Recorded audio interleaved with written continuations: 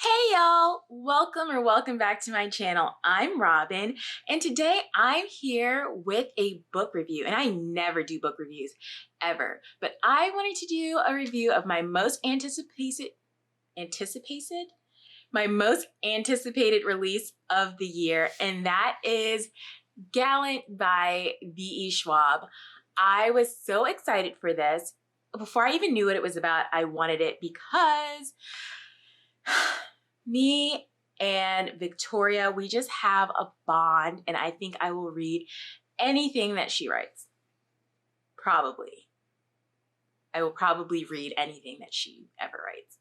I'm working on her backlist now, and so I was excited to finally have this in my hands. And like, as soon as I got it, the day that it came to me, I was on it. I didn't care what else I was reading. I picked this up immediately. And so I ultimately gave this 4.5 stars. Okay, we're gonna sit Miss Gallant right there for now. So what is Gallant about? So this is about Olivia, who is a nonverbal girl who was orphaned since she was a baby, and she doesn't know anything about her family or where she comes from. The only thing that she has that's a connection to her past and her family is a journal that she has from her mother. And the writings in this journal are a little rambly. Now, at this orphanage house for girls that Olivia lives at, people are not kind to her at all. Mostly because they just think she's like weird, and so she's an outcast. She doesn't speak, and nobody's really taking the time to like learn sign language to communicate with her, except for one person, and then that person like left, and so nobody else was like, let's talk with her in a way that she might know, how to communicate. Anyways, so Olivia, not only is she nonverbal, but she is extraordinary in the sense that she sees ghouls, not like full-on ghosts.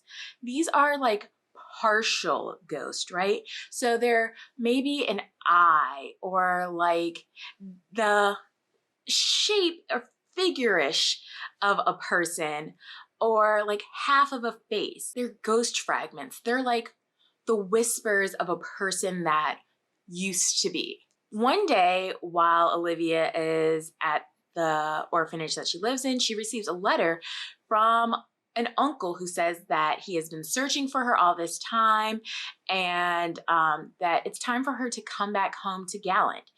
Now, the thing about coming back home to Gallant is that one of the very last entries in her mother's journals is, "Don't go home to Gallant." But like, can you trust this journal? Because it kind of seems like the ramblings of a mad woman. There's scribblings and drawings and just all over the placeness. And so Olivia's like, well, you know what? I don't want to be here because I hate these people. And so I'm going to go find my family. So she goes to Gallant. It's interesting. She gets there and immediately no one knows who she is, why she's there, and obviously she can't communicate with them because she's nonverbal, and they don't know that about her, so they're just like, what is going on? But there's one person who makes an attempt to like communicate with her, but the person who really should be communicating with her is her cousin, and he is pissed because he's like, you know what?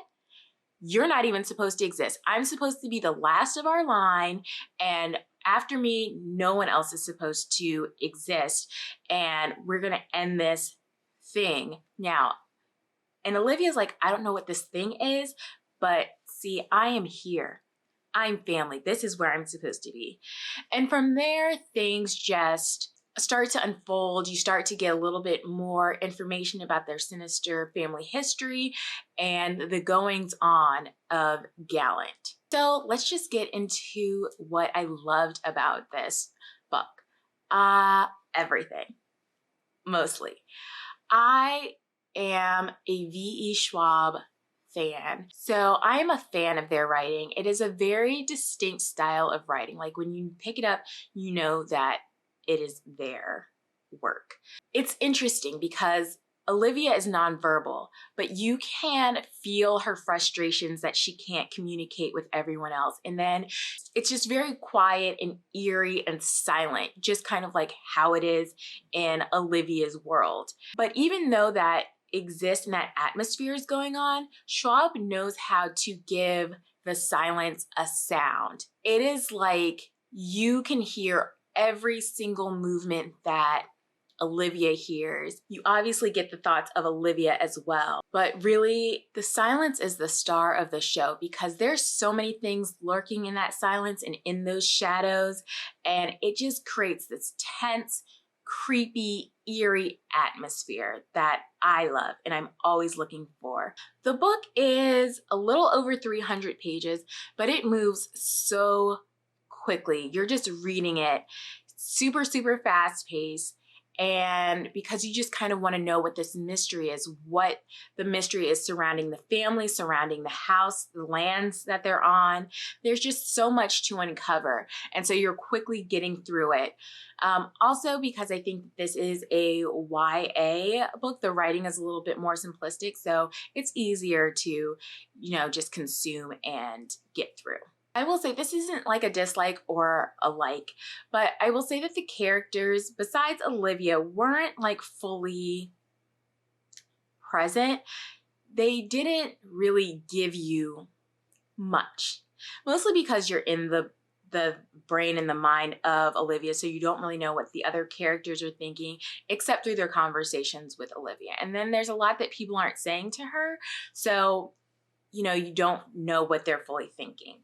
But you do get like little snippets of like the past from her mother, especially through the journal writings that she has. One of the things that I really, really liked about this was that in the middle, these are the excerpts from Olivia's mother's journal. So like there are pictures with her drawings and some of like the writings and the journal entries.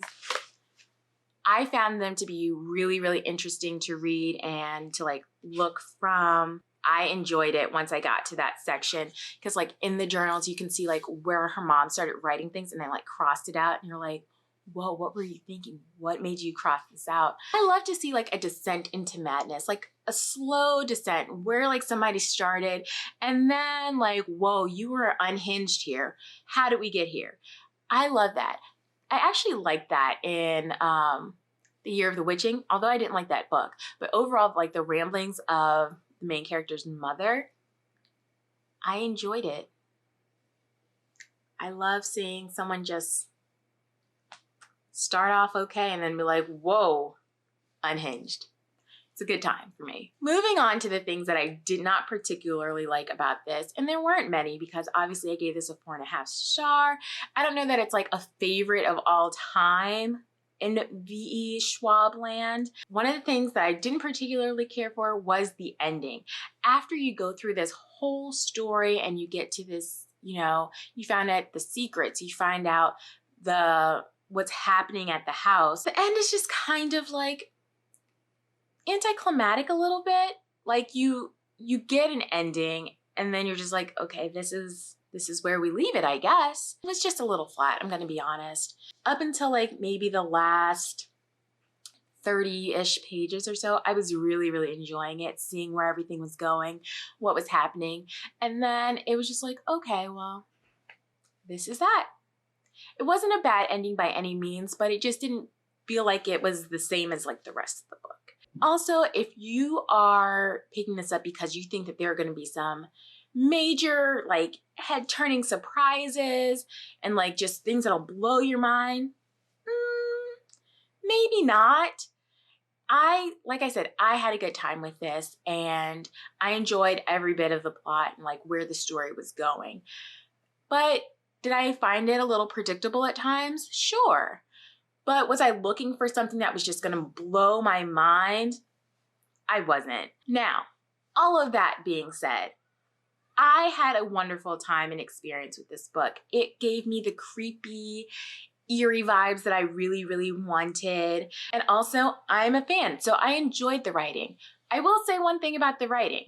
This is more Addie LaRue style of writing where it's like slow and deliberate versus like Vicious, where it was kind of fast paced and something was happening all the time. So if you're not a fan of the more Addie LaRue or City of Ghosts, which is her YA series.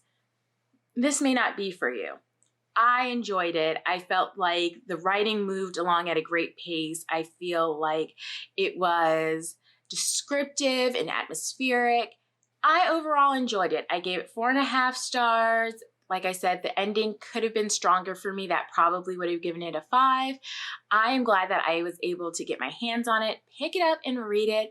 And I think that this would be a great book to read like during spooky season, like when it's cold and you're looking for something that make it the hairs on your arm to stand up a little bit, when you don't want to like look over to the corner because something may be there, you know, it gives you those kinds of feelings.